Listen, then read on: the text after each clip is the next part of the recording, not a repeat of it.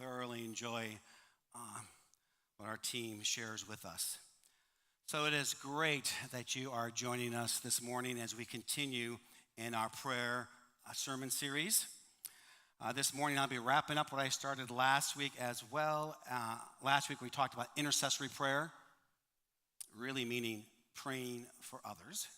And then we're also going to be talking about some listening prayers and really giving you an opportunity to actually lean into that.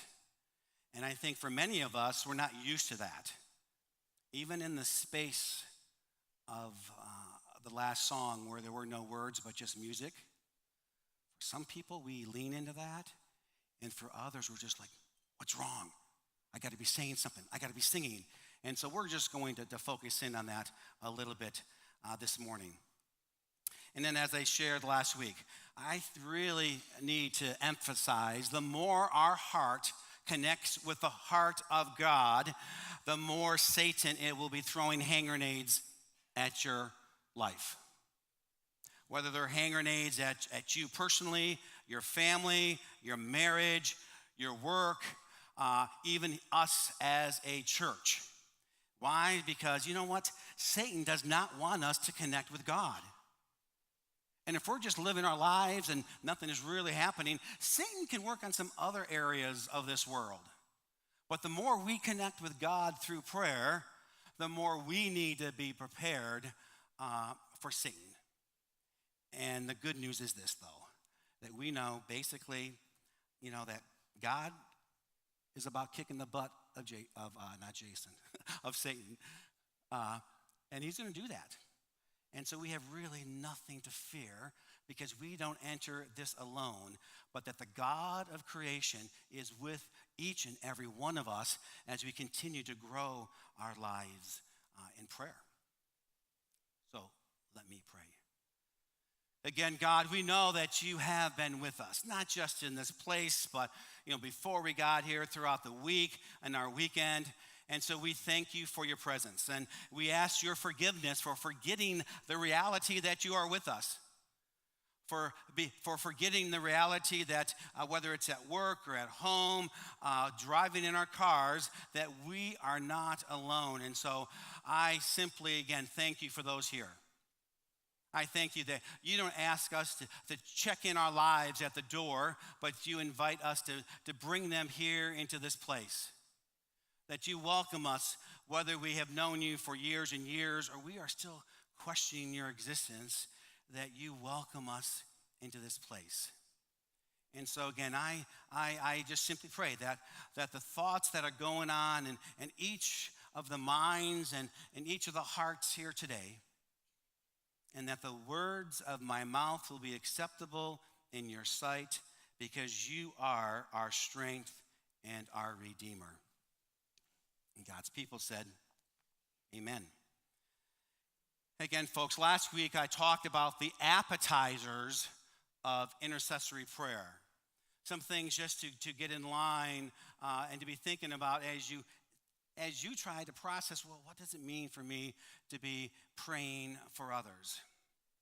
And then this week, I'm going to dive right into not just the appetizers, but the main course, a six-course meal, so to speak.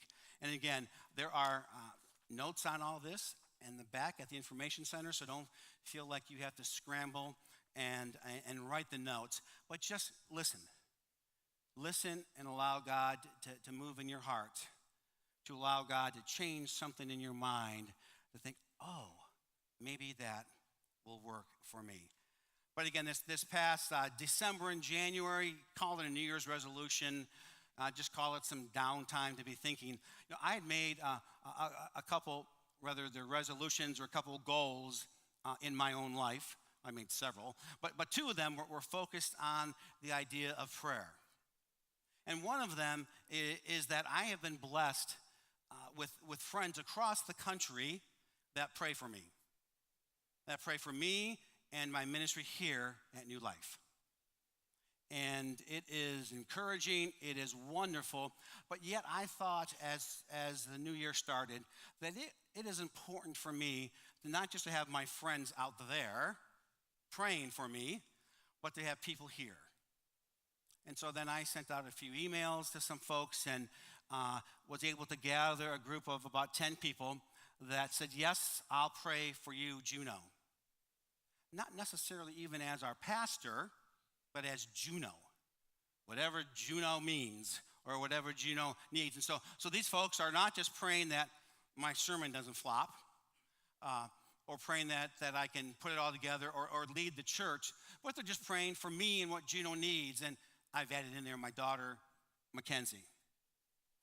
And so I just emailed them some prayers or some concerns, and they pray. When I was in Michigan, I was going to visit with a young man. He's in his mid-50s, but he was young when I knew him. And his dad had died, and so we were going to, a buddy and I were going to visit with him. And I was also going to, would be called for a last supper. Another friend's in-laws, he is approaching heaven's gates very quickly here. His heart is simply shutting down. And so he wanted the whole family together, and since I was there, that included me. And it was sort of like we all know that he is ready to meet Jesus and to be promoted. And it was really, like the Last Supper. And he just wanted the family together. And so, I just sent an email to those folks. Just pray as we interact. And sure enough, I'm the pastor, so who gets to pray, before the dinner. So I would just send those type of emails out. Or if Mackenzie, my daughter's having some concerns or whatever, I just let these folks know. And so that they are praying for me. And so I am very fortunate, I feel, to have that as a part of who I am as a person. Now, I had to clarify with these folks that this wasn't a weekly prayer meeting. I wasn't getting together once a week for breakfast and to share and to talk. No, it was really a monologue. I will share with you what my needs are, and I just need you to pray. Just to sort of like manage expectations so people weren't thinking, what in the world is our pastor asking of us? And then as I have shared, I think on probably more than one occasion, that for a few years now, I have texted my daughter almost daily a prayer of some kind, and I've included a song, many like the songs we just heard today. And so I have just done that ever since I was here and she was there. Then she was here, and then she was back there and back in Arizona. And so that was just a part of my daily routines. And then I started to add a few other friends to that. But then over Christmas break, I just thought, Lord, I would like to be praying for more. So what I just simply did is I gathered I'm a 3x5 card kind of a guy, and I went through my backpack and gathered all the little notes I had about people I was praying for or needed to remember, and things I had squiggled on the back of some programs and some Post-it notes and some things around my computer. And so I just sort of put those in one list. And I said, okay, Lord, who else should I be praying for? And that list went from 10 to 40 to 50 to 60, and it's over 100 people now. And it's a commitment, and I don't share this as an arrogance or that I've got my prayer life all wrapped up. It isn't. But I have found by having this list, and even I put their kids' names or their wife's name in it, because if I pray for them, I want to be specific. And I also then put the little email right there, so all I have to do is click, and I'm able to send them a prayer email or a prayer text as well. And I have just found that even though at times it takes me hours to get through the list, that has really, I'm sure it's encouraged them, but it also has helped to change my heart and has helped me to also connect with the heart of God. And there are times where I just have to say, it's got to stop. I mean, when the clock hits 3 a.m, it's like, I've got to get some sleep. I'm not stupid. And I know God could probably give me strength, but when I've got on YouTube and I listen to all these songs that we sing here and some of the classic hymns of the faith, and I just click through those songs and I'm praying through this list, and all of a sudden it's midnight and it's 1 o'clock and it's 2 o'clock, and it's just like, Lord, my daughter says, "Stop it, Dad. You've got to get some sleep." And so, but what it does is it just really fills my own heart, and it helps me to remain attentive to the people that God has put in my life. And it also has helped me to live out those comments you make to people. "Oh, I'll pray for you. Yeah, I'll keep that in my prayer." And then half the time you don't, because you just forget. And we talked about that last week. So this is just my way of trying to be a person of integrity. When I say something, I do it. And it has just been a blessing. And so as we think again about the 6-course meal, on how to become a person of prayer, a person of intercessory prayer, praying for others, the first thing I'm going to suggest again is that you mail or you text or you write note cards, your prayers in note cards to people. That may be one way to keep you accountable, to keep you on task. And even if you get through your list once a month, that's probably better than what you were doing the years before.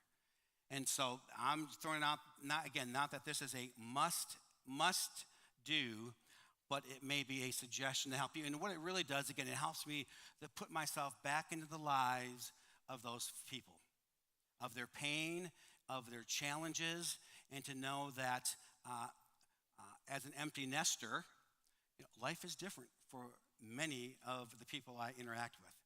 And so my prayer list reminds me of the reality of the friendships that God has put in my life. The second thing is that, to pray for your church, pray for the church and the leadership here. And I know that could be an assumption, but I also realize in many cases that just doesn't happen. And so again, I'm thrilled that I have, a dozen people or so who are praying for me.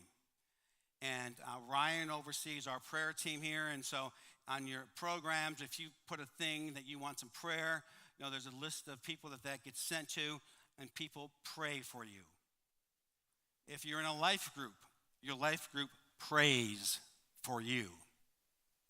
And also then as a church, as a body, I really believe it would transform us if the congregation prayed for us as leadership. Now, and trust me, I went through this several times thinking, that sounds a little self-serving, but in reality, it needs to happen.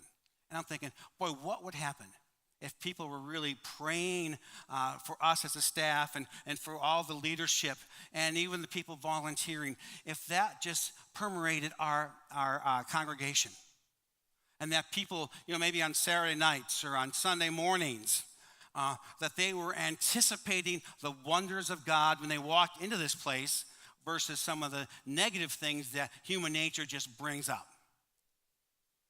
And so one way well, what do I pray for? You pray for hours. It's like, well, pray for your church. Pray for your church leadership, that God will give them the energy and the wisdom and the discernment to do what's best for New Life as we move forward to be good news or to be New Life for the city. Now, if you've been on social media this week, I am sure you've heard about the young pastor. Was he about 30, I think? Yeah, 30. Just preached a sermon series on depression. He's gone through some health issues. Lead pastor of a church near Juno took his own life this week. I think 2 or 3 little kids. You look at that family picture and your heart just aches. And so there was stuff all over social media. In fact, I'm going to include one of those articles in my email that I send out this coming week. But it is just, again, a reminder that the pressures, and the anxieties and what happens on with your pastors per se is real.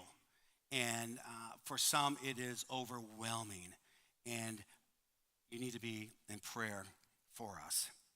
Another thing to be praying for would be pray for our country. I know that's probably a delicate question right now. And so we just need to be praying that God will move into the life of that leadership. And I thought, you know what, maybe you need to be praying whatever, yes, you need to be praying for the Democrats. Yes, you need to be praying for the Republicans. And depending on where you land, or if there's another option, or you didn't vote, or whatever, then pray for both, or pray for the person that's opposite you. Somewhere, somehow, it's biblical that we pray for those in leadership. And if God can split the Red Sea, and God can move mountains, and God can raise the dead, God can work in our political system.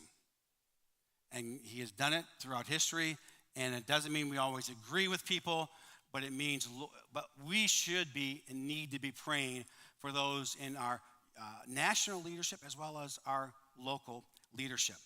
So again, these are just tips, folks, and trying to help you to be a person praying for others. And we need to be praying for our missionaries, our global outreach workers who are in situations that you and I would never, ever put ourselves into.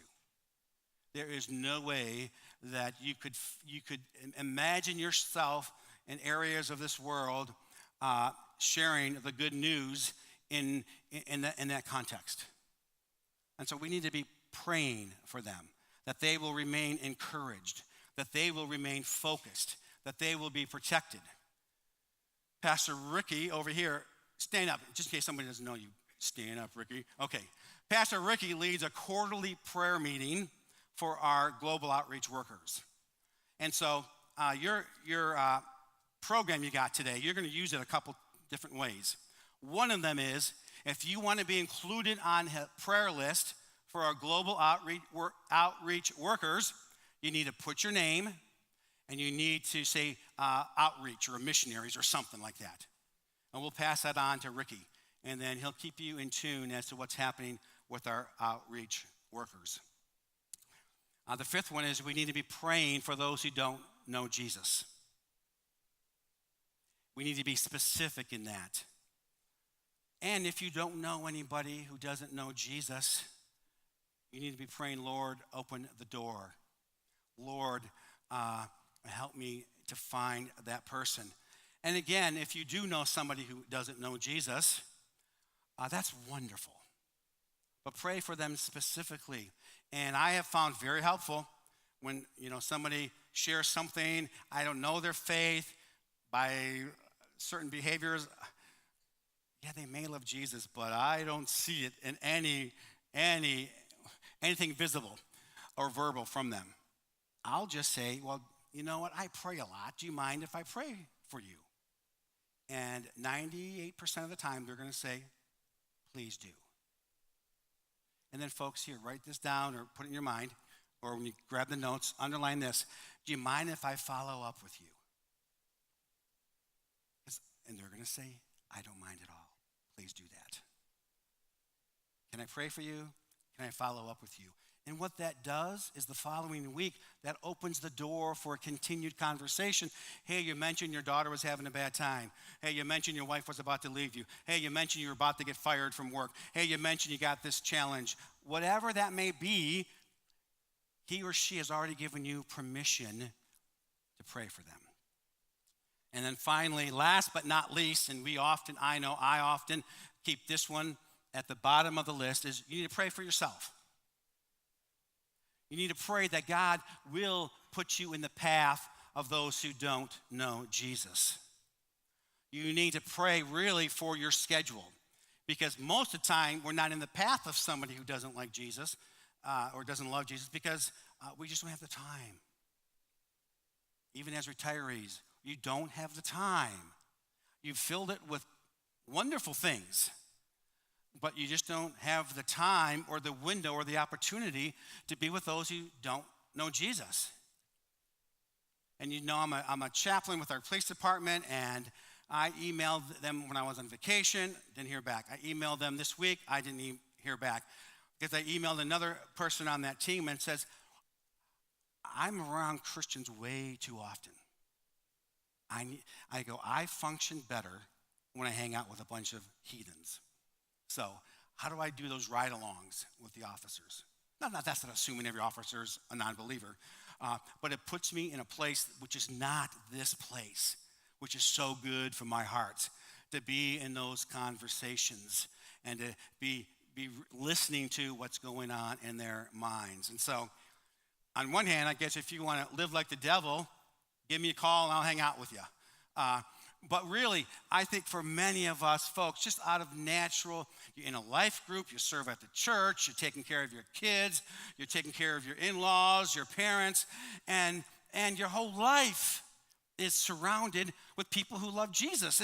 And that's good. We need to have that encouragement. But if that's our only interaction, are others who love Jesus, then we're a little lopsided.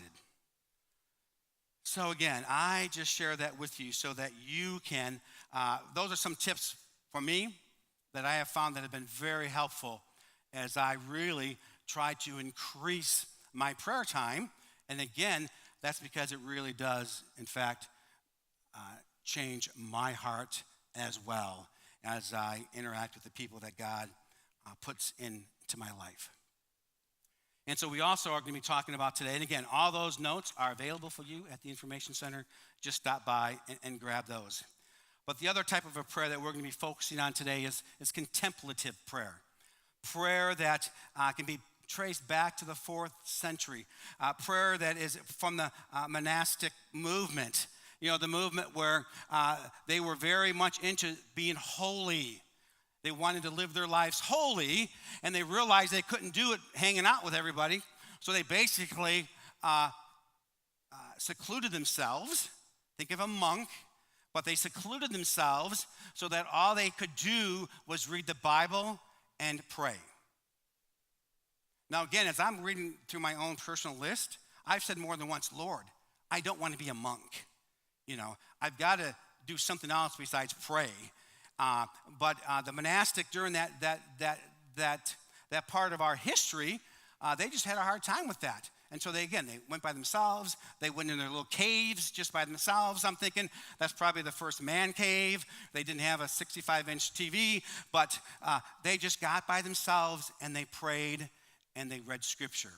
They prayed and they read Scripture. And so while I appreciate the discipline in that, we also know that God calls us to be the light of the world.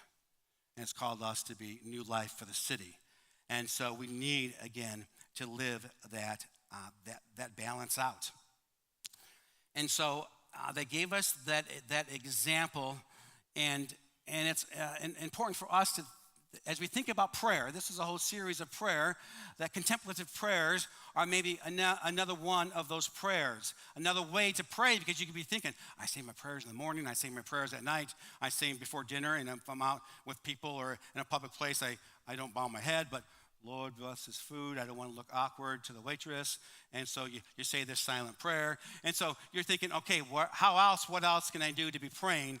And so the idea of a contemplative prayer is that it really sort of guides us.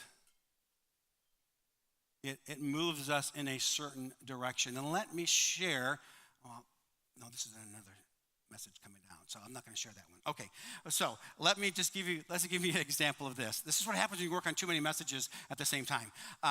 Psalm 119. It is a great psalm, and I'm going to focus in on verses 13 to 15. We should have those on the screen. Yes, we do. With my lips, I recount all the laws that come from your mouth. I rejoice in following your statutes as one rejoices in great riches. I meditate on your precepts and consider your ways. And so let's just look at that as one of those contemplative prayers. And again, this really focuses on the high value of God's word and the central part in our lives. So verse 13, With my lips I will recount all thy laws. God's laws are found in his word. And the psalmist literally says that he will remember, and that he will reference and recall all that God has commanded. And so part of this is, again, just focusing on what the passage says. And so what can we do by looking at this scripture regularly in our lives? And I know many of you say, well, that's what Sunday morning does.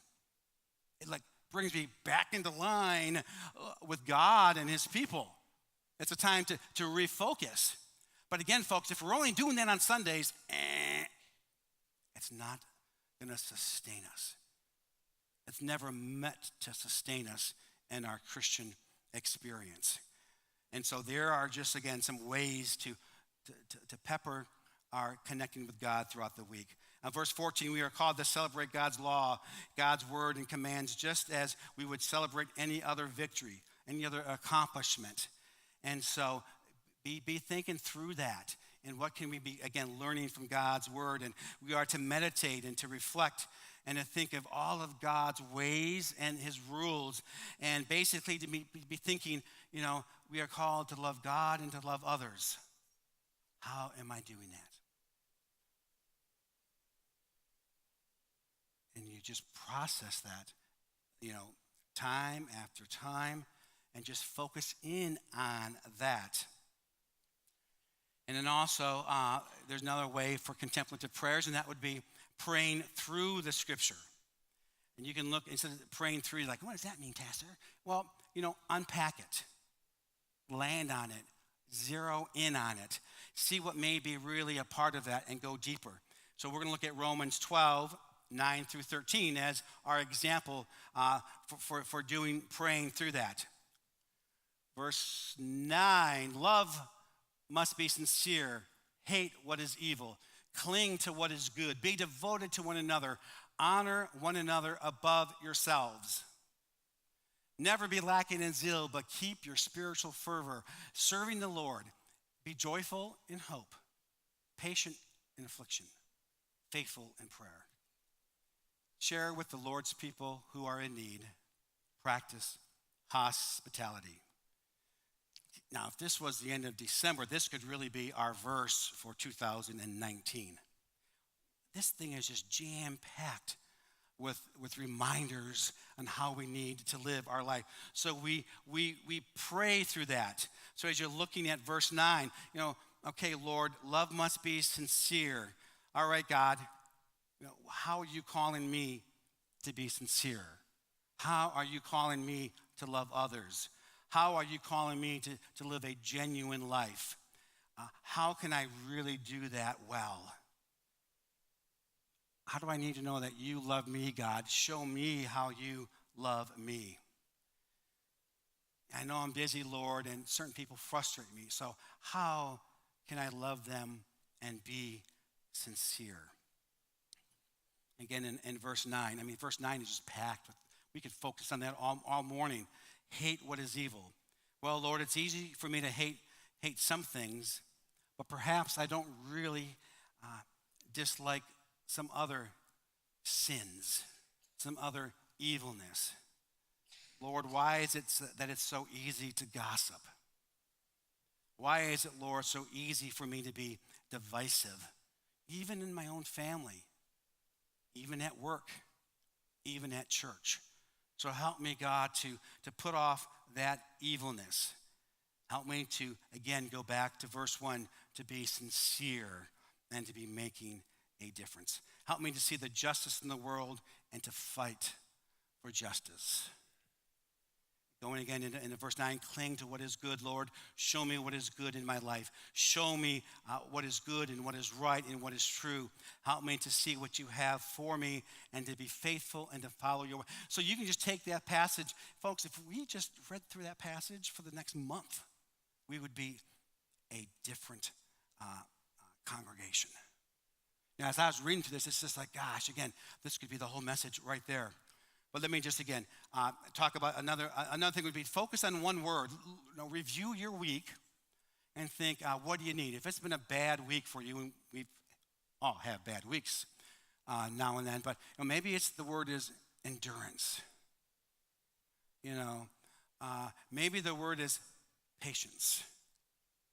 Maybe it's wisdom. So whatever comes, pause, and whatever word the Lord brings to mind, just focus on that for a few moments and see where God takes you into your prayer life for that.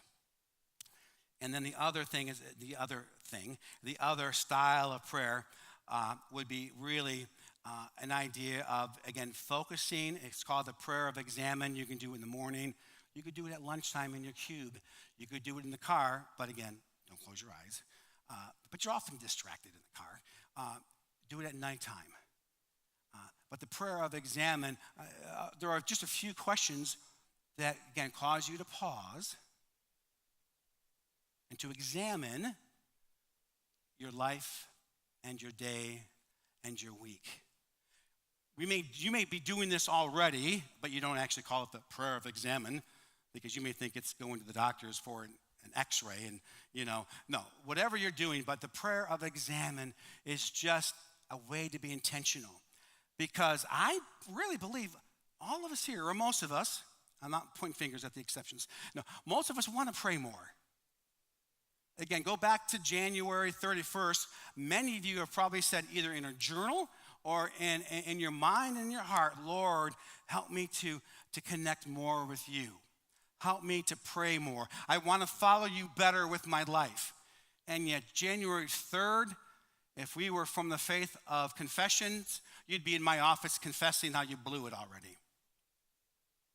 And so the prayer of examine really, again, is an intentional way, and we're going to practice this, intentional way to slow our pace down. And again, for those of you who are busybodies, this is going to be a stretch.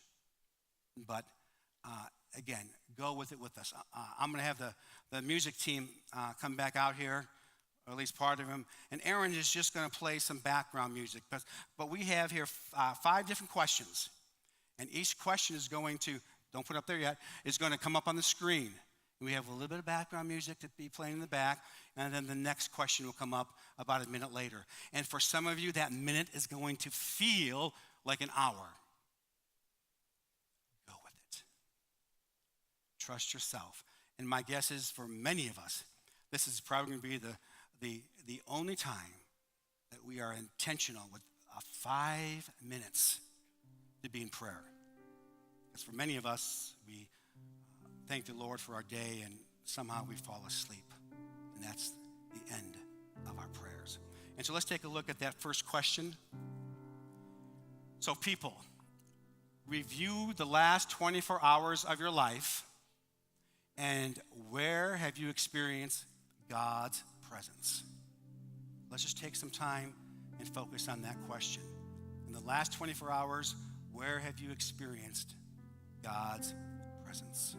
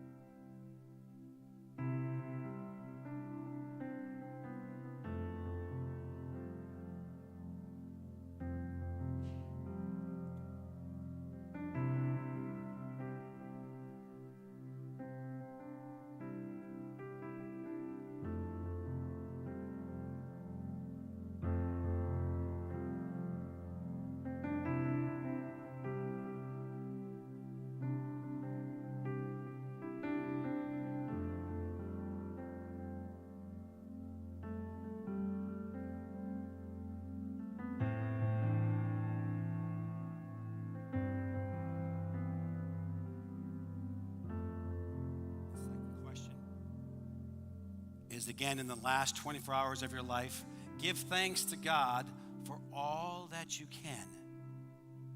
We know we should, but we seldom do. So let's be intentional for the next minute and give thanks to God for everything that you can that's been in your life over the last 24 hours.